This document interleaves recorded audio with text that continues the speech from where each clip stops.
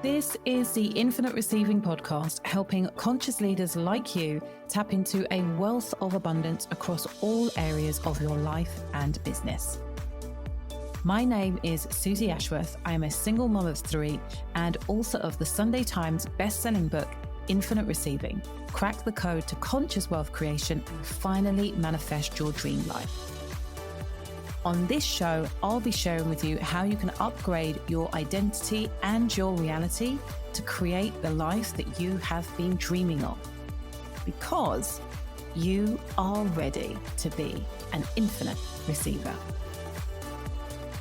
Hello, you gorgeous human beings. It is Susie Ashworth here, and you are listening to the Infinite Receiving Podcast. I have a little secret to let you in on. I think I was recording for at least 6 minutes before starting this episode without my headphones on, without the microphone turned on. I'm a hot mess right now. And what is ironic is that the theme for today's episode is anybody listening? This is a question that comes up explicitly and non-explicitly all of the time in my world and with my students. This sense of, does it really matter? Like, you're asking me to message, you're asking me to share my thoughts, my opinions, my lessons on Facebook, on LinkedIn, on whatever platform is that you are choosing at any given time. And is anybody even listening?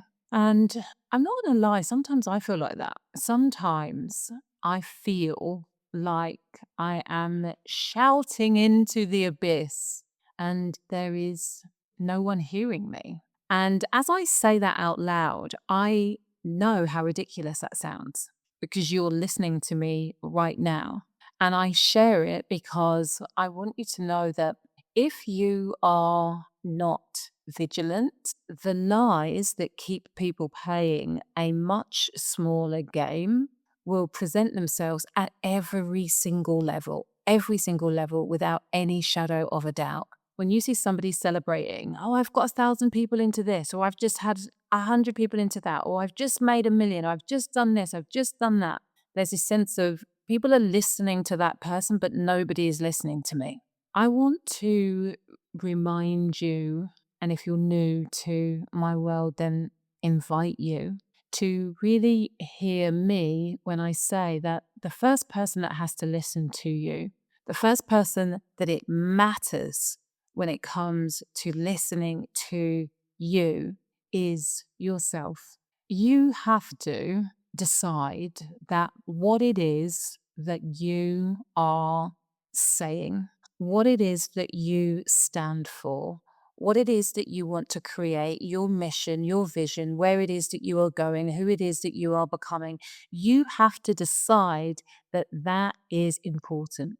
And you have to show up like your voice is the only voice that matters. And it's amazing because you're listening, like you're listening to yourself.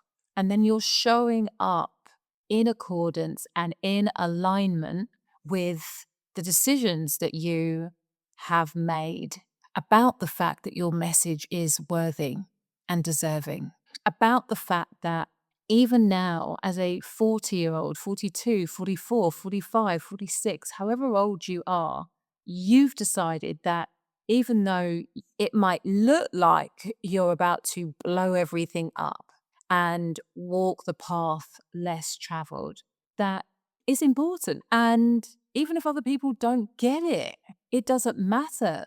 Even if they don't understand, you're no longer seeking to be understood by them.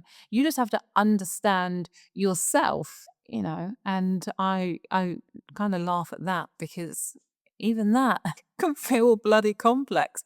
Why am I doing this thing? Why am I so driven? Why is it that I desire more?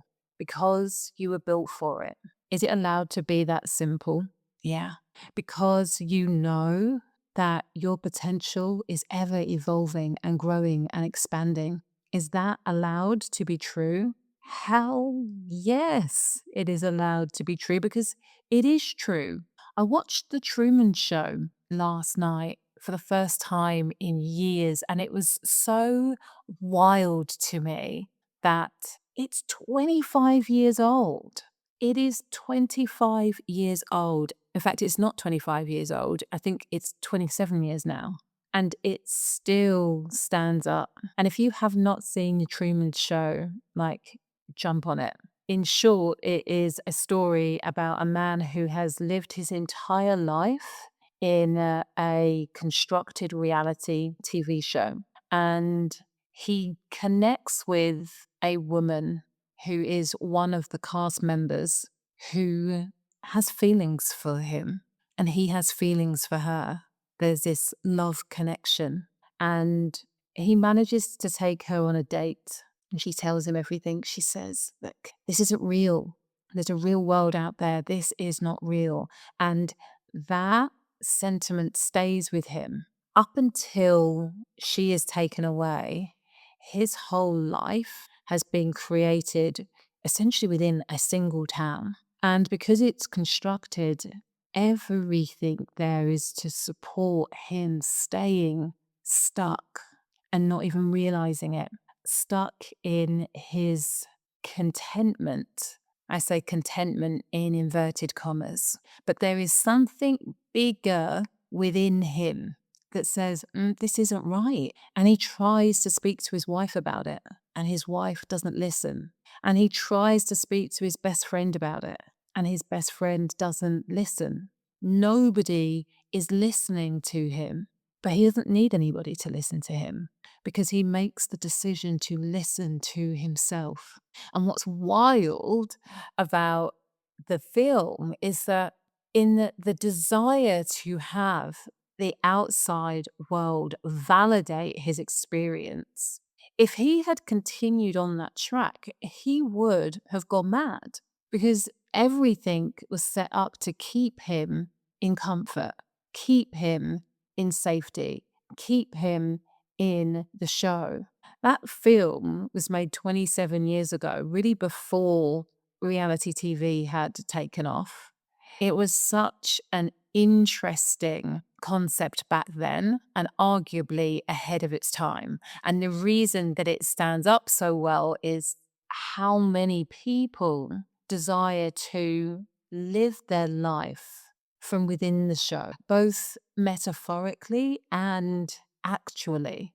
Being a reality TV star is an aspiration for many young people nowadays, even though it's constructed reality.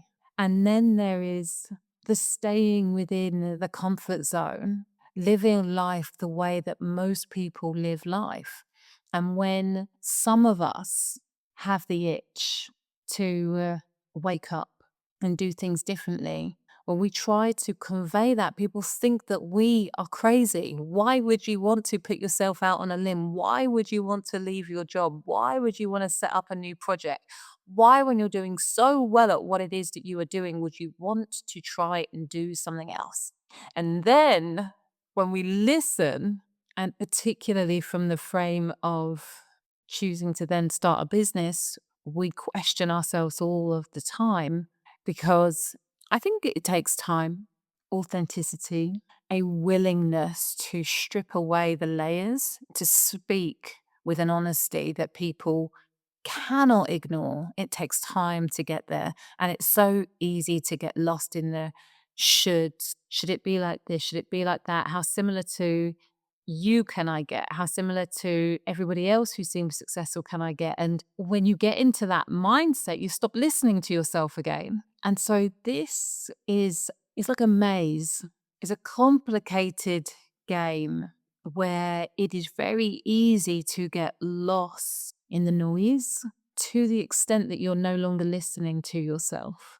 I want you to really hear me when I say that it is such an incredible sign when you start asking yourself, is anybody listening to me? Why is no one listening to me? That sentence is your sign that you have stopped listening to yourself, and it is time to redress the balance. It is time to start listening and, like Truman does, take action in alignment with what it is that you are hearing. So if you were waiting for a sign, not only do you have it in this podcast, but really look out for yourself when you start to question whether people are listening, care about what it is that you have to say. That is the biggest sign of all, that there is a huge opportunity for you.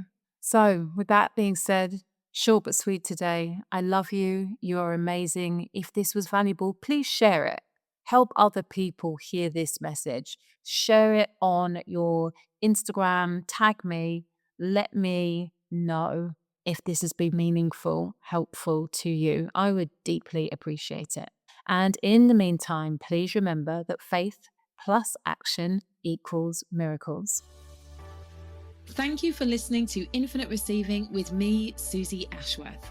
I'd love to share with you my Infinite Receiving activation audio.